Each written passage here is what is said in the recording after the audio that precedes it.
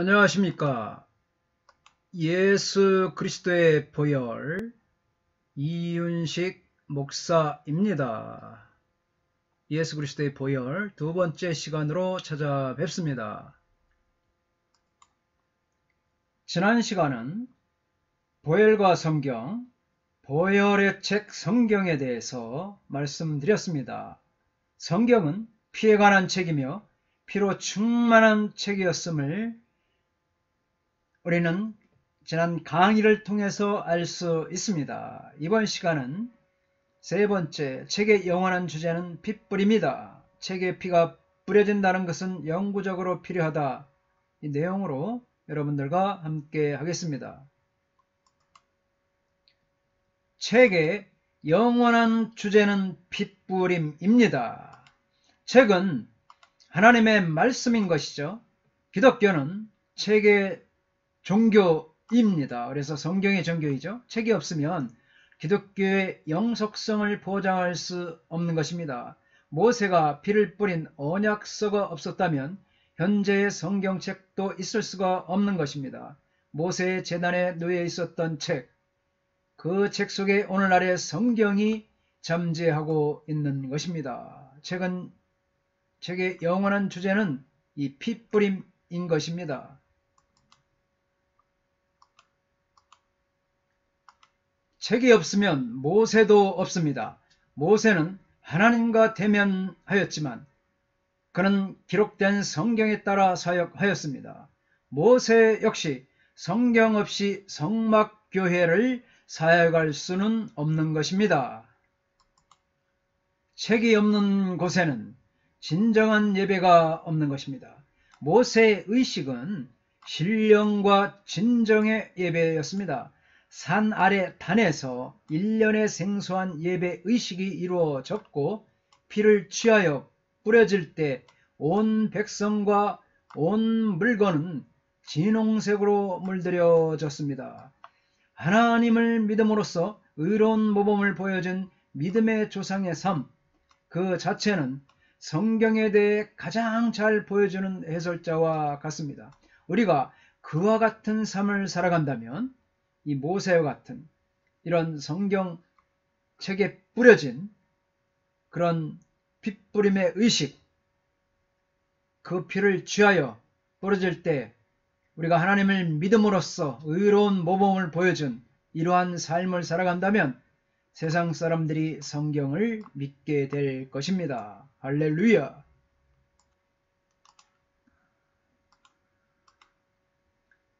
우리는 책을 소중히 여기고 책의 말씀에 충실해야 하는 것입니다. 성경책 전체가 속죄하는 언약의 진홍색 보혈이기 때문입니다. 할렐루야! 진홍색 보혈의 책인 성경은 자체가 살아있는 책임을 우리는 알아야 합니다. 그래서 살아있는 책임을 가르쳐주고 세상에서 하나밖에 없는 살아있는 책이라 말씀하고 있습니다. 마음을 다하여 성경이 가르치는 바를 믿는 사람들이 진정으로 생명을 줄 수 있는 그런 책입니다. 진홍색 보혈의 책인 성경은 자체가 살아있는 책임을 가르쳐주고 있습니다. 세상에서 하나밖에 없는 살아있는 책이라 말씀하고 있습니다. 마음을 다하여 성경이 가르치는 그 믿는 바를 사람들에게 진정으로 생명을 줄 수 있는 그런 책인 것입니다. 성경은 죄로 말미암아 생명을 잃어버린 사람들에게 피로 말미암아 생명을 주는 책입니다. 성경은 피를 담고 있는 그릇이요 생명을 공급하는 공급소입니다. 진홍색 보혈의 책인 성경은 자체가 살아있는 책임을 가르쳐주고 있습니다. 세상에서 하나밖에 없는 살아있는 책이라 말씀하고 있습니다. 그러므로 마음을 다하여 성경이 가르치는 바를 믿는 사람들에게 진정으로 생명을 줄 수 있는 그런 책입니다. 성경은 죄로 말미암아 생명을 잃어버린 사람들에게 피로 말미암아 생명을 주는 책이 바로 진홍색 보혈의 책 성경인 것입니다. 하나님의 말씀은 살아있습니다. 화로를 생각해 보십시오. 그 움직임 자체가 살아있음을 보여주고 있습니다. 생동감이 없고 움직임이 없는 물고기는 화로가 아닙니다. 하나님의 말씀은 살아있고 활력이 있습니다. 그래서 좌우의 날선 검 같다고 말씀하여 우리를 찔러 쪼개며 관절과 골수까지도 그런 하나님의 살아있는 말씀으로 우리를 새롭게 변화시키고 있는 것입니다. 살았다 라고 하는 말씀은 살아있는 혹은 생명이 있는 이런 의미인 것입니다. 하나님의 말씀은 살아있는 말씀으로서 그것이 전적으로 다른 모든 책들과 구분이 되는 것은 한 구절 구절마다 한쪽 한쪽마다 쉼없이 흘러가는 피가 담겨져 있기 때문입니다. 창세기로부터 요한계시록에 이르는 말씀 속에서 우리는 그 말씀에 하나님의 진정한 생명을 부여해주는 피가 흐르는 것을 느낄 수가 있습니다. 피가 없는 성경은 다른 책과 조금도 다를 바가 없습니다. 아무런 가치를 지니지 못합니다. 왜냐하면 성경은 피 안에 생명이 있다는 사실을 분명히 가르쳐주고 있기 때문입니다.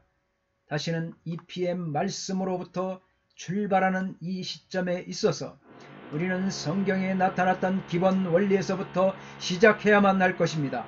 이 기본 원리는 레위기 17장에서 나타나는 말씀으로 다음과 같습니다. 레위기 17장 11절에 육체의 생명은 피에 있음이라. 내가 이 피를 너희에게 주어 제단에 뿌려 너희의 생명을 위하여 속죄하게 하였나니 생명이 피에 있으므로 피가 죄를 속하느니라. 레위기 17장 14절 모든 생물은 그 피가 생명과 일체라. 그러므로 내가 이스라엘 자손에게 이르기를 너희는 어떤 육체의 피든지 먹지 말라 하였나니 모든 육체의 생명은 그의 것의 피인즉 그 피를 먹는 모든 자는 끊어지리라. 아멘. 과학자들이 지금까지 규명하거나 파헤쳐 볼 수 없었던 신비한 이 생명은 바로 육체의 피 속에 있다는 말씀입니다.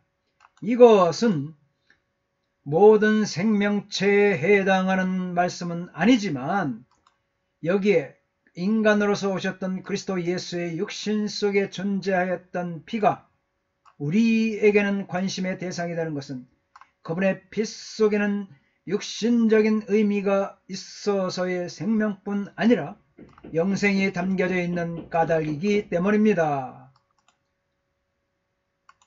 네 번째, 책에 피가 뿌려진다는 것은 영구적으로 필요합니다. 성경은 영원히 핏뿌림이 되어야 합니다. 오직 피 뿌려진 보혈의 책만이 우리의 깊은 마음의 소망을 채워줄 것입니다.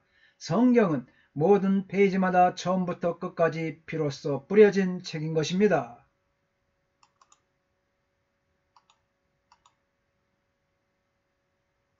그렇습니다. 예수 그리스도의 그 피를 바울은 하나님의 피라고 공언하기를 주저하지 않습니다. 우리가 당연히 주장해야 하는 것은 책에 피가 뿌려진다는 것은 영원한 당위성이라는 것입니다. 책은 피 뿌려진 책입니다. 예수님의 피의 속죄, 은혜의 교리의 성경의 가장 두드러진 특징이 바로 피인 것입니다. 이 보혈은 구약에서 예언되고 신약에서 와서 계시된 것입니다. 피는 하나님께서 친히 피로 기록하신 친필이었습니다. 성경책은 예수님의 피로 봉인되어 있습니다. 왜 계시된 말씀을 우리는 받아들이는 것입니까? 계시된 말씀을 계시하신 하나님은 나를 구원하기 위하여 속죄 제사를 드렸기 때문입니다. 왜 하나님의 말씀을 나는 순종해야 합니까? 그것은 구세주의 피는 그 말씀을 보증하고 있기 때문입니다. 왜 하나님의 말씀에 대해 두려워하는 마음을 나는 가져야 합니까? 그것은 나를 위해 독생자를 주신 하나님을 불순종함은 가장 큰 죄에 해당하기 때문입니다. 왜? 말씀의 귀중한 약속을 나는 믿어야 됩니까? 속죄를 이서한 언약의 진홍색 보혈의 진피를 나에게 주신 하나님의 선하심과 미쁘심을 나는 전혀 의심할 여지가 없기 때문입니다. 자기 독생자를 주신 하나님께서는 우리에게 모든 것을 거저 주실 것입니다. 할렐루야. 보혈이 뿌려진 성경은 진리가 보증된 책입니다. 피는 책을 성스럽게 합니다. 오늘날 우리는 성경을 성서라고 말합니다. 성경은 가장 위대한 책입니다. 그렇습니다. 이 위대한 책은 피 뿌려져 있습니다. 이 책은 바로 예수 피로 온통 진홍색으로 물들어져 있습니다. 바로 이 사실로 말미암아 이 책은 우리로 하여금 두려움을 자아내게 합니다. 그러므로 우리는 성경에 대한 최상의 외경심을 일으키게 하는 것입니다. 성경책은 라이벌이 있을 수가 없습니다. 성경에 대해 두려워하는 생각을 가져야 합니다. 성경을 보고 떨리는 마음을 가져야 합니다.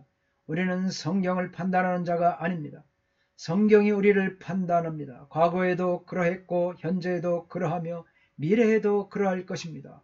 속죄의 이 책은 과연 성스러운 책인 것입니다. 아멘. 피는 책의 권위를 세웁니다. 피는 책의 권위를 세운다는 것은 히브리에서 언급하고 있는 특별한 요점입니다. 피는 권위의 표시였습니다. 성스러워진 모든 것은 보혈의 은혜로 능력을 입게 됩니다. 성경은 언약을 기록한 것입니다. 모세가 피를 취하여 책에 뿌리면서 큰 소리로 외쳤습니다. 이는 하나님이 너희에게 명하신 언약의 피라. 피 뿌림은 언약을 인준하는 행위인 것입니다. 그러므로 피는 책의 권위를 세워줍니다. 성경책인 것이죠. 권위를 세워주고 있습니다.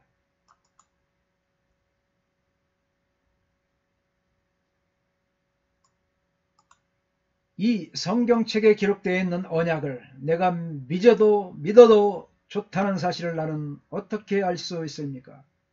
성경책 페이지를 물들이고 있는 그 피가 나를 믿게 합니다.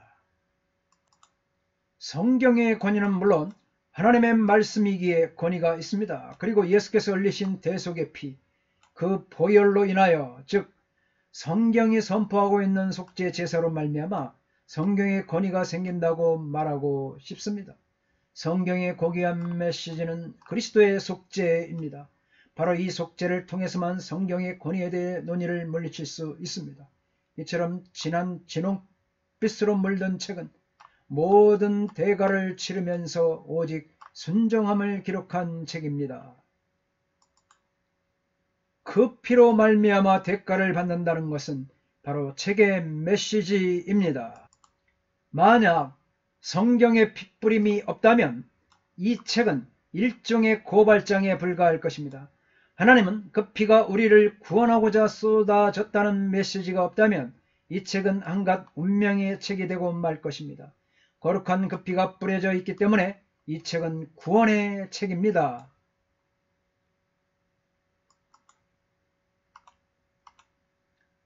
항상 영원히 성경책은 피, 예수님의 피로 물든 진홍색입니다.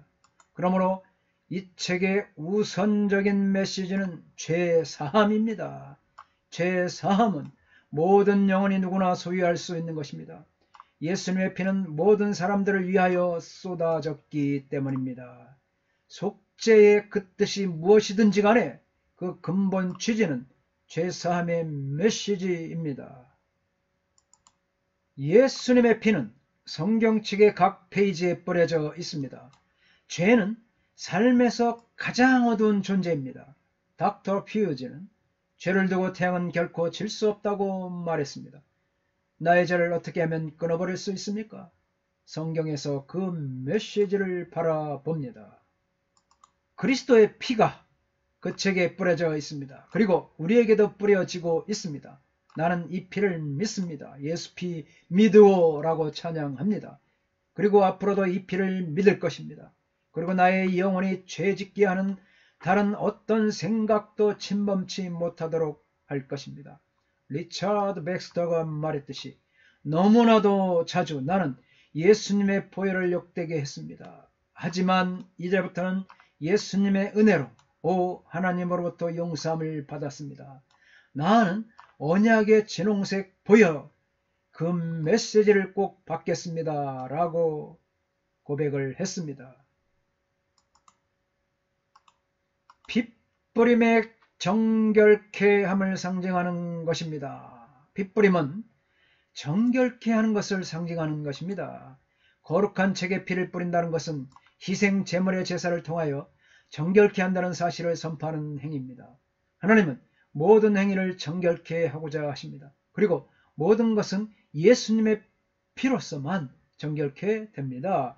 이것은 뿌려진 피가 가르쳐 주고 있는 깊고 위대한 교훈입니다. 바로 이 정결케 하는 것이 피인 것입니다. 우리는 예수님의 피를 믿음으로써 의롭게 됩니다. 우리는 이 피를 믿음으로써 성화됩니다. 하나님을 찬양하면서 이 책을 받아들인다면 우리는 구원을 받는 것입니다.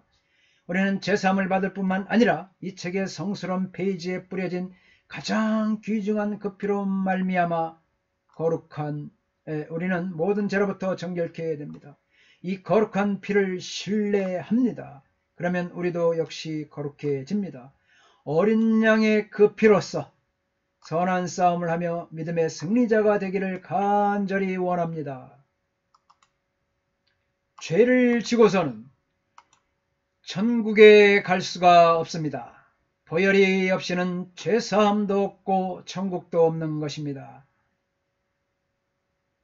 주님이 이 땅에 오심도 특별 계신 성경을 우리에게 주심도 우리를 예수 믿게 하심도 교회를 주심도 그 뜻은 단 하나 우리를 죄에서 구원하시어 천국으로 인도하여 주시기 위함입니다. 그래서 죄에서 우리를 구원하시기 위해 주님은 십자가에서 피를 흘리셨고 죽으신 것입니다. 할렐루야.